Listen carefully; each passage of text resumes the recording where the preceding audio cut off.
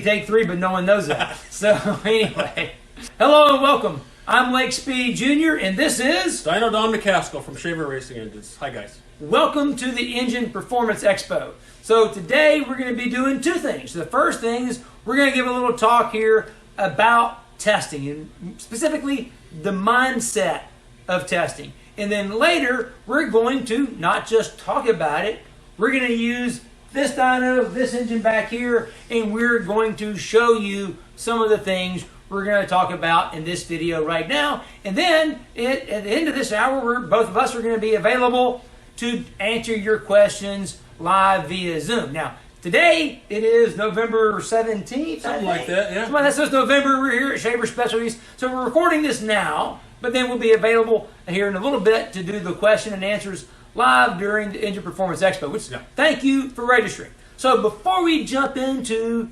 testing and that mindset for testing, you may not know who we are. So Don, why don't you share with the guys and the girls who are watching your background? Well, you know, I started in this business when I was 14 years old. I'm almost 60 now, and I can actually start to feel a little bit. But at 14 years old, I went to work for an automotive machine shop that was run by my uncle's best friend. And at that particular time, I was obviously still going to school, and my whole goal was eventually to become an engineer. I wanted to become a mechanical engineer. Well, one thing led to another, and that didn't quite work out so well for me. I did end up spending a little bit of time at college, but what happened was that I kind of stayed in this field, and in my early 20s, I actually bought the shop that I started working at, and I did that for a few years. And again, at that particular point, I met some guys that were involved in auto racing. Frank White, Bill Shoemaker, some of these guys that started racing at Ascot, and that's kind of where I got my intro into auto racing is Ascot Raceway Park. That's where I first started.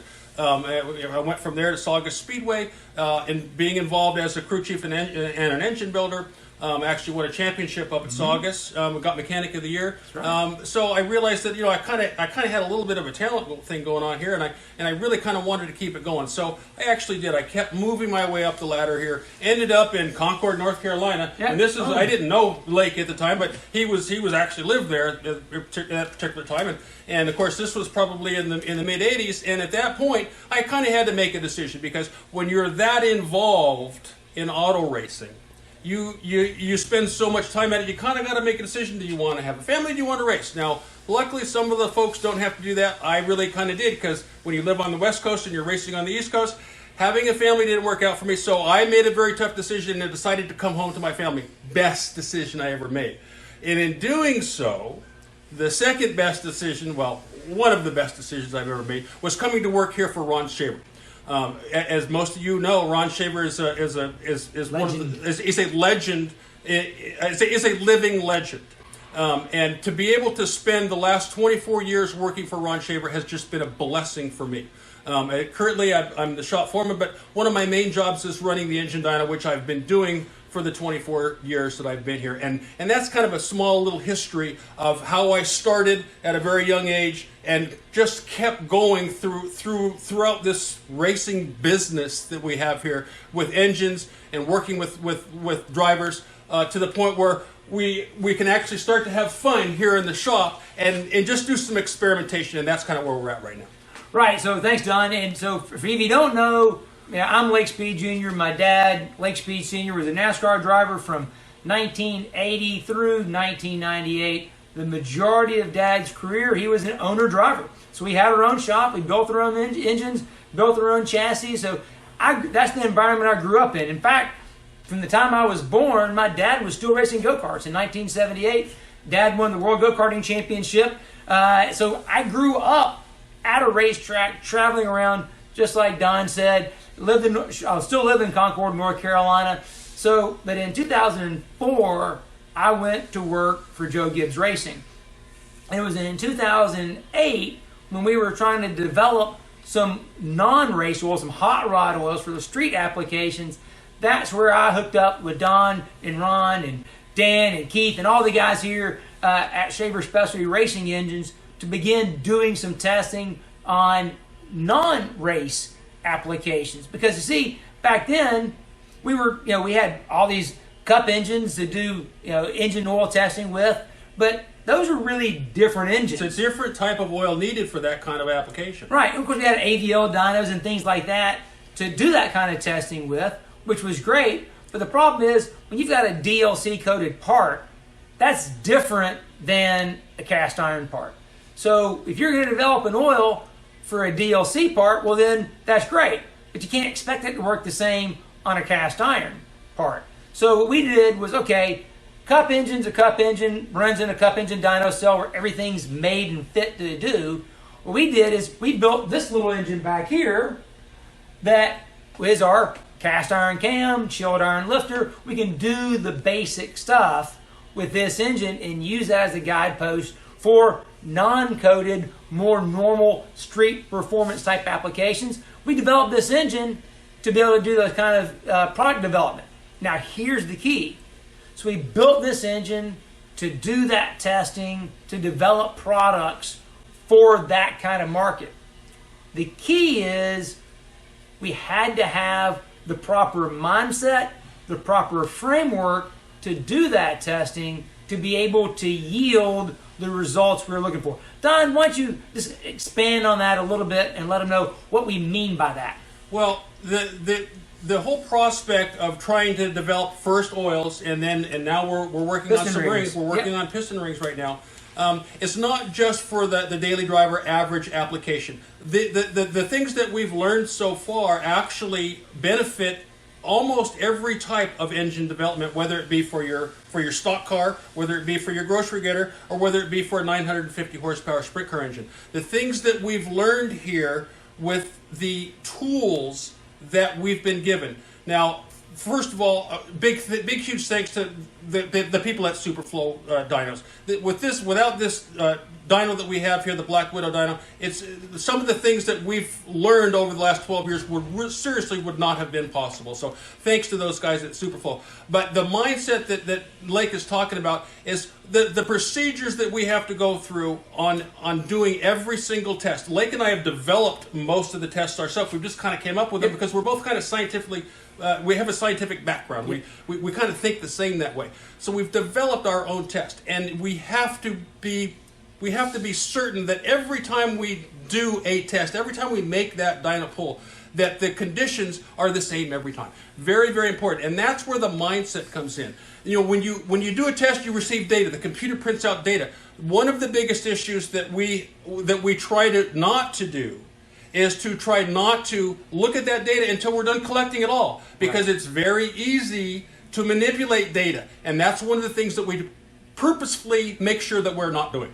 Exactly. So really what it comes down to is this mindset is really 4 steps, and that's the key thing that we took from Joe Gibbs Racing, from working with Lubrizol back in the very beginning of oil testing. Is this mindset is really 4 steps, 4 procedure points, if you will, to get it right, so you have confidence in that what that data is telling you in the end is real and repeatable. Because in the end of the day, what do we do testing for?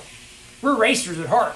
We want to go faster, and we want to be able to go longer. You need durable power. That's the goal. You want to put it in one phrase, durable power is what we're after. It's no good. I've always hated that saying that the best race engine in the whole world is the one that blows up right when you get past the finish line. I'm like, no way, no! It means if it's about to blow up, it means it was not running its best. Right. You know, it's wearing itself out. What if you had that last yellow flag? Right. So no. You want durable power. I want to be able to power through the finish line and that engine come apart and still be pristine. That's the goal. You want durable power. That's what we're after. And this mindset, these steps, I'm going to go through them right now and give you these 4 steps, and then we can kind of talk about each of them a little bit more individually. But the number one thing is you have to have a baseline. If you can't have a repeatable baseline, then you're going to have a hard time making incremental gains. I used to work for Melling Racing before I was at Gibbs, and Chad Canals, arguably one of the best crew chiefs in NASCAR history, was our crew chief. And one thing I learned from Chad is you don't win the Daytona 500 pole by building a car and finding a half a second at a time. Nope. What you do is you get tenths, half a tenth. And all those do add up to having a car that's half a second faster than everybody else. Right. So it's the small gains added up to get the big gain. So yeah, this engine, we can make a 20, 30 horsepower gain on that motor, but you don't do it in one shot. It's a bunch of small things, 2, 3s, 4s, 5s, 7s added together to get that. So you have to have a baseline that's consistent that you can build from to make those small gains, and then you have to have a dyno and a environment that's capable of being repeatable enough to see those small gains. And that's part of the second step, which is controlling all the variables. That is one of the most important things that we have here in the dyno cell, is controlling those variables. As all of you guys know, when you're running an engine, an engine will start at room temperature, and by the time you get done running, it's going to be hot. Yep. Temperature changes. Temperature changes affect everything. They change. They affect the oil. They affect the fuel. They affect the water. So what we do here on the dyno to make sure that our variables don't change is we can control that stuff. Now, in doing so, for example, we did a test yesterday with we've been doing some rig tests. We're going to get into that in just a second. Yeah. But we can let the temperature go up or down on its own based on the components that we were using, right, as we found out yesterday. Yep. And we'll explain that in a minute. Or we can go back and check to make sure, did that temperature change come because of the added friction, or did it or was it the temperature that caused that change? Well, so we went back and made the temperatures the same. That's all about controlling the variables, and that is one of the four most important things that we do here in the dyno cell. And the whole key is when you're talking about controlling those variables, when you're planning your testing, because that's actually step number 3, is building your plan. So you have to, one, have that baseline. You got to control the variables. Step number 3 is build your plan. And when you build your plan, you don't change more than one variable at a time. Very important. That's the goal, is that you want to change one component, one variable. And the variable could be something like oil level, which we'll show in the next video. We right? have a big thing about that right there. We kind of learned that one the hard way. That was one of the lessons learned the hard way. Most of the lessons we learned, we did learn the hard way, right? But lesson learned, though. Yeah, exactly. So you change one variable at a time, and then you want to have that discipline. And this is the hard part, and Don knows it about me. You have to have the discipline to stay on that plan. Do not let what the data that's flowing at you, because this Superflow dyno generates a ton of data. And it's very easy to let all that data overwhelm you and, oh, squirrel, run away, let's go try that. No. You have to stick to your plan, work your plan, and then only after the fact do you let the data talk to you, and you interpret that data. It's so important. It's so important. And again, Lake and I've been doing this for a long time, and he's one of the guys that loves the data part of this whole thing. And he's very, very good at looking at the data. The problem with looking at so much data is when you get really good at it, you can learn to manipulate it, and that is one of the most important things that we have tried not to do. We do not manipulate the data at all. And not only that, but we don't. This is the hardest thing for him to do, is we don't analyze the data until after we've collected it all. Right. Because if you try to analyze the data as you're going, then it's just a little bit easier to manipulate. Yeah, you can drift. That's the problem. You don't want to drift. You want to stay. And both of us do that. We'll catch each other sometimes. Okay, stop. Just let's see what the data leads us to, not vice versa. And the thing, just like yesterday, Don was talking about, we went from our baseline 0.7 millimeter, 0.7 millimeter, 2 millimeter ring package, which I know that sounds crazy, thin and light, but the last 3 years plus on this engine, that's our baseline ring package, is a 0.7, 0.72. I know that sounds super thin, but the reality is that yielded the performance, the consistency from that engine that we needed to do long-term durability tests, that are race simulation tests, so that the temperature doesn't go up. Thinner rings, less friction, not just more horsepower, less temperature. Again, we learned a lesson learned yesterday. Exactly. Putting in 3/16 rings in the engine, not only did it lose power, more importantly, it generated more heat. I don't think we could have run one of our 2-hour race simulation tests with that ring package. No. I mean, just too hot. Yeah, just one thing that I'd like to throw in here while we're talking about this, for some of the guys that don't know, the rings, back in the day when we first started, a 16th inch top ring, thickness top ring, that was a racing ring. That was what we all used because that's what was available at the time. Now, if somebody would have told me 25 or 30 years ago that a 30 thousandths ring would seal a 950 horsepower motor, I would have told them they were crazy. But as it turns out, not only does it work, it works better. And there's reasons for that, which we're going to get into in a little bit. Yeah, so anyway, these are the kind of things that we see that when I was talking about not letting the data change you. What happens is if you follow the procedure, you establish your baseline, then you can see those variables from there. You only change one variable at a time, and you work your plan. You stay disciplined on your plan, and only after the fact do you analyze the data.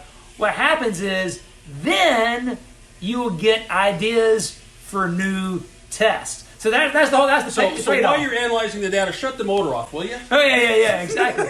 So anyway, it's like Don was saying, is if you ever seen that book, if you have kids or grandkids, the Give a Mouse a Cookie book. Okay, that's me and Don on the dyno. Is that you learn something new every time. Yeah. We have a plan for this week. We're working the plan for this week, but already we've learned something we didn't expect. So now there will be another test. We're going to do it later today. To back up what we learned. Yeah. Yes. So it's by having the mindset, following the procedures, doesn't limit you actually. No. What it does is it makes it where you have consistency and confidence in what you've learned, and then you can add more tests with only controlling the one variable, and you just build that body of knowledge. I mean, literally, this engine's 12 years old. It's got thousands of pulls. We looked at it yesterday. Just in the last 2 years, there's over 1,100 dyno pulls on that engine in just 2 years. So over the lifetime of that engine, I don't even want to know. Oh my God, it's been thousands and thousands. How a motor could stay together that long is sometimes amazes me. Speaking of variables, that's the key thing. And so we want to be able to control those variables. One of the things you have to do is to kind of look at only all the data that this thing can collect and having the sensors and how we can control the engine. We also want to look at environmental considerations, not just air temperature, barometer, things like that. Something simple. We mentioned about oil level earlier, I think, that how you fill the engine. For example, this engine, again, ran yesterday with the 3/16 rings. Today, we're going to run it with still 3/16 rings. But we took out the standard baseline rings and we put in some total seal gas-ported top high-performance rings, which are going to be a little bit different ring set to see how does that ring set perform in terms of power, temperature, all that compared to the baseline. But when we do compared that, to the stock ring. Exactly. Yes. When we do that, though, we got to make sure the oil level is the same. Very important. You may say, well, that's easy. You got a dipstick. You just check it. Well, yeah, but here's the thing. We use BR40. That's our baseline oil we use to break in everything here. Use it from way back in the day when I worked at Driven and I formulated it, and we developed that formula here. The current formulation was based on that engine. And it's not just this motor, folks. Every sprint car engine that I break in on the dyno has BR40 in it. Because why? Because that's how much trust I have in this oil. It works. It just works. We know that it will do what it does. It's back to it's eliminating a variable. Yeah. We know what that oil is going to do. We know its history, so it's not a variable in your program. So if you're changing what oil you use between tests, you're adding a variable. So you got to be consistent on the type of oil you're using. And what happens when you put it in too fast, Lake? See, that's the trick. So this engine being room temperature, and the drum of BR40 over there being room temperature, means that oil is going to move in pretty slow. So what happens is if I just keep adding oil and checking the dipstick, well, that oil's got to go from up here all the way down to the bottom of the oil pan. It takes time. It takes a little time for it to run all the way down there past all the components. So, now, and the components, they're in the way, right? The components are in the way. So the thing is that let's just say that you mess up a little bit and you put a little bit too much oil in it. Well, most people say, well, that's not going to hurt anything. Folks, we're gonna show you today what happens when you actually put too much oil in the motor. And it's really easy, especially if you're putting in, say, a 20W50 on a cool day into a cool engine. If you don't wait 5 minutes or 10 minutes from the last quart you put in to verify the level on the dipstick, it's very likely you will overfill the engine if you just go 1, 2, 3, or to save time, we've got a 2-quart one? We can pour 2 quarts at a time in. So if you overfill it by 2 quarts, we won't even want to try 2 quarts today. But the whole thing is, these are the kind of small details you have to look at. You know, we've got a fan down here. We've got water valve back there. These are all the things we have to use to control the temperature of the engine during all the tests. So that if we were looking just at horsepower, the only way to look at just horsepower, you have to have the same water temperature, oil temperature, same oil level. You have to have all those variables identical, no variance, to be able to know what the horsepower difference is. That combined with the collection instrument that we have here, the Superflow Dyno, if you do all those things correctly, if you control those variables like we've just been talking about, then you can, with this particular machine especially, you can see the 1, 2s, 3s horsepower difference, and that's how you learn over a period of years. And like Lake said earlier, that those 1s, 2s, and 3s horsepower gains over a period of time will net you a net gain of sometimes 20, which is more than we've gained with this engine since we've started, just by changing components, component sizes, and development of oils. Yep.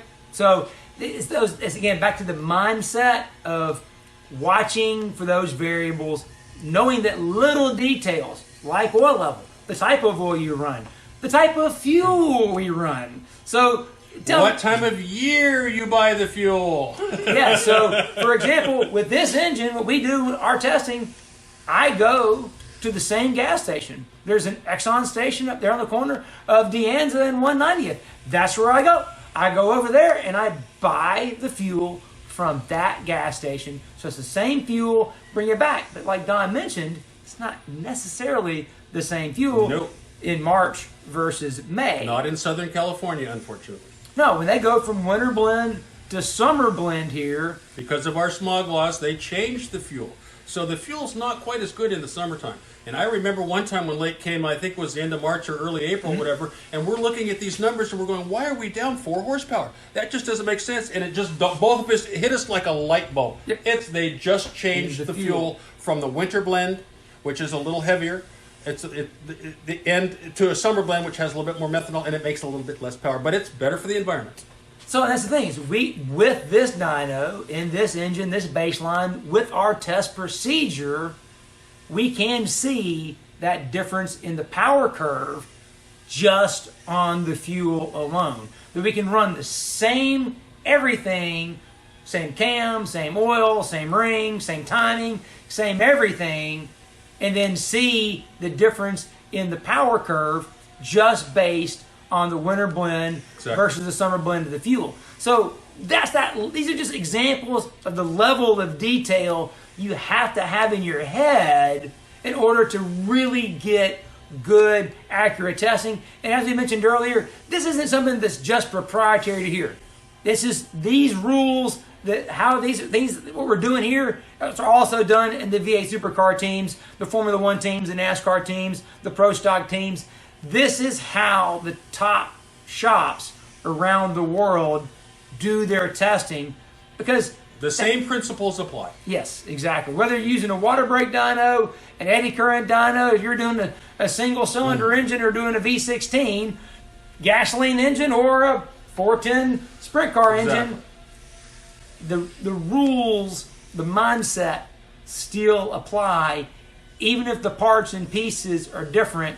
This is a framework you can use in order to make that progress. So how do you start? So now that you've got that kind of information, how do you start? Well, then you need to build a plan. And this is one of the things that Lake and I have been working on for the last 12 years or so. Because we're both kind of scientifically minded, so to speak, we have come up with certain plans, certain procedures that we use every single time, and we don't vary from those procedures because any slight variation makes the test invalid. So we make sure that plan, step number 3, the plan is there before we ever fire the engine up. And that is critical. I mean, something as simple as what the preload setting is. Exactly. The oil level, we talked about what fuel you're using, the timing, what we do in terms of the break-in process. Like one of the things that really stood out yesterday is that we know with this engine that we do a 3,000 RPM, 30-minute break-in at X amount of throttle, 15% load. We know what it's going to do.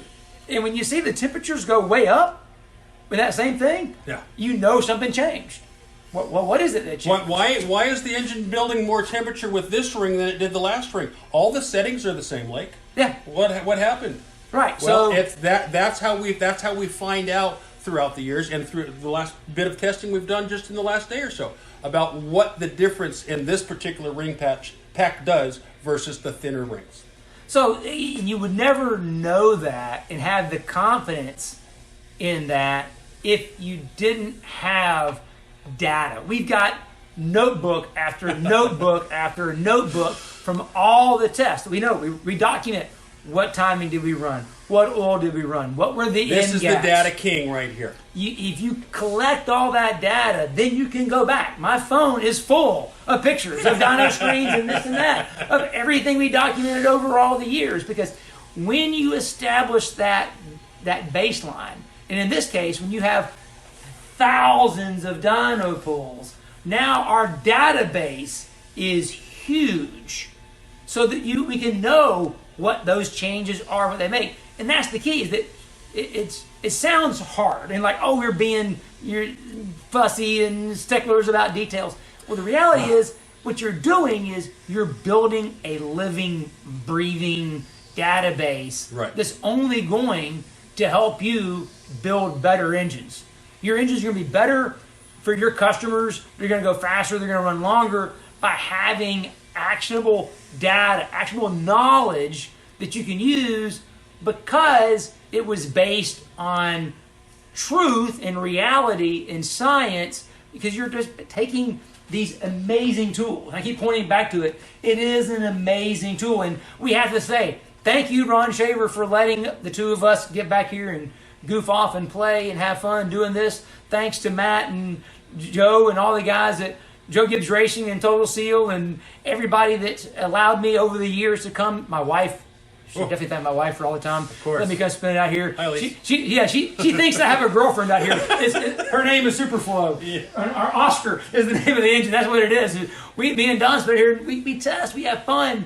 Is that it's not just a rugged discipline. The data, folks, the real-time data that we get when we're running an engine is mind-boggling. There's no way to comprehend the screens that I'm looking at when I'm running an engine. Now, I've learned over the years to look at certain facets of the screen while I'm running a 950 horsepower motor, just in case something goes wrong, and I've gotten really good at shutting them off when they start to blow up. Yep. Luckily, that doesn't happen to us very much. But the data that the computer, that is sent to the computer, that is stored, when you get done with the run, you go, oh, okay, thanks. Okay, so I didn't get all that, but now we can go back and this is where Lake has a fun time, is he can go back and look at all that data. Both of us can go back and look at all that data and then compare what we were expecting versus what we got to see if we've either gained or lost. Now, one of the most important things that I keep telling Lake is because he loves the data so much, sometimes he tries to look at the data too soon, and I have to stop him. And because when you do that, sometimes you will get into a bad habit of trying to manipulate data, which is very easy, by the way. And we want to make sure that we're not doing that. So I have to calm him down every once in a while and just say, wait a bit, Lake, let's make all the pulls first and then go back and look at the data. Exactly, Don. That's why they have Don, right? To keep me on track, because I can be a bit of a squirrel. Sometimes I can. To be honest, my wife knows that. But anyway, so the point is, I think you understand that testing is really about a mindset. You need to have the baseline. You need to control the variables and build controlling those variables into your plan. Exactly. Have your plan. Have the discipline to work the plan. Then analyze the data. Only when you're done with the motor. You got to shut the motor off first. Yes. Did that yesterday. I'm not perfect. I'm not perfect. You know? So you follow the procedure, you go through it, analyze the data after the end, and then that's going to lead to, like we said before, the Give a Master Cookie book. We're going to have more tests to come because you keep learning things you didn't even know you didn't know. Yeah. And that's what makes all this stuff That's the mindset. so much fun. That's the mindset we talked about at the beginning. Yeah, so if you have that mindset and you go to it and you apply it, you're going to be great. One little other tip to trick before we get out of here is also look at the auxiliary, the environmental things. Not just what the data channels are telling you, but also things like the sound. You know, use your ears, use your nose.